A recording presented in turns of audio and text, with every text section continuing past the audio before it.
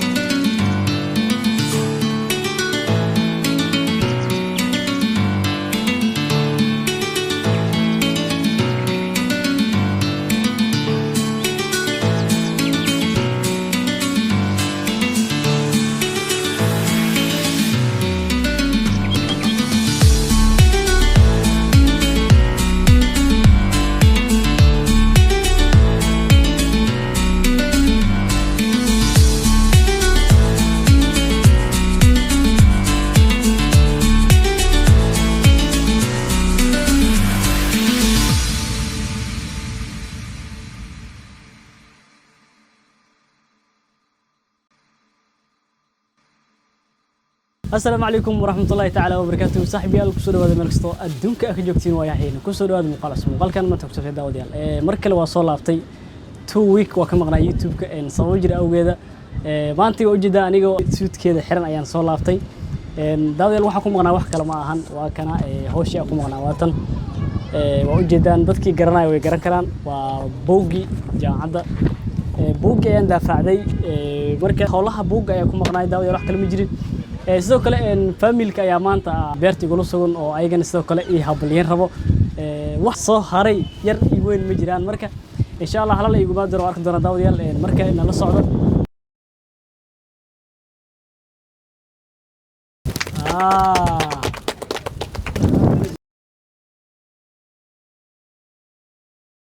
همبلي أبتو برشة هوريسي هاي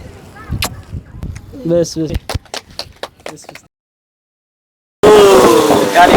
سلام صاحبي أتيحي همبلي همبلي همبلي waxbarashada horeysay wada أتيحي همبلي همبلي waxa ku hambaliyana heerkii koowaad ee jaamacadda Dhammaysay horeysay wada waxbarashada صاحب يال سو كله dad badan ayaa jooga aan meesha dad qaarna kaamirada ma rabaan dad qaarna inay kaamirada ay imaadaan aad u jecel yihiin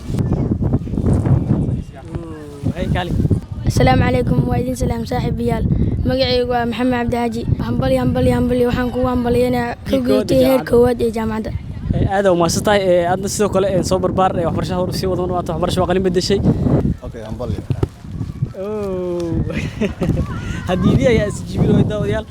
axmed anna soo dhawow walaal hal iyo labo walaalkay iga yar Yaxya waa mahadsan tahay hambalyo waxaan kuugu hambaliyeenayaa in jaamacadda heerkeedii koowaad aad dhamaysatay buugaagana aad dafcadiisa aad ka soo gudubtay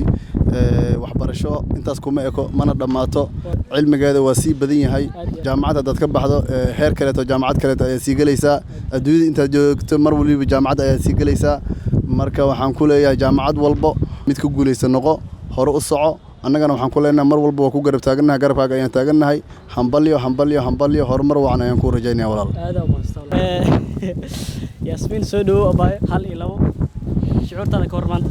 maanta aad ayaan u faraxsanahay waakii igu weyn oo buugiisa daafacday ma sha Allah waan hambalyeynaa hambalyo walaalkii hore u soco kimkoona ku leeyahay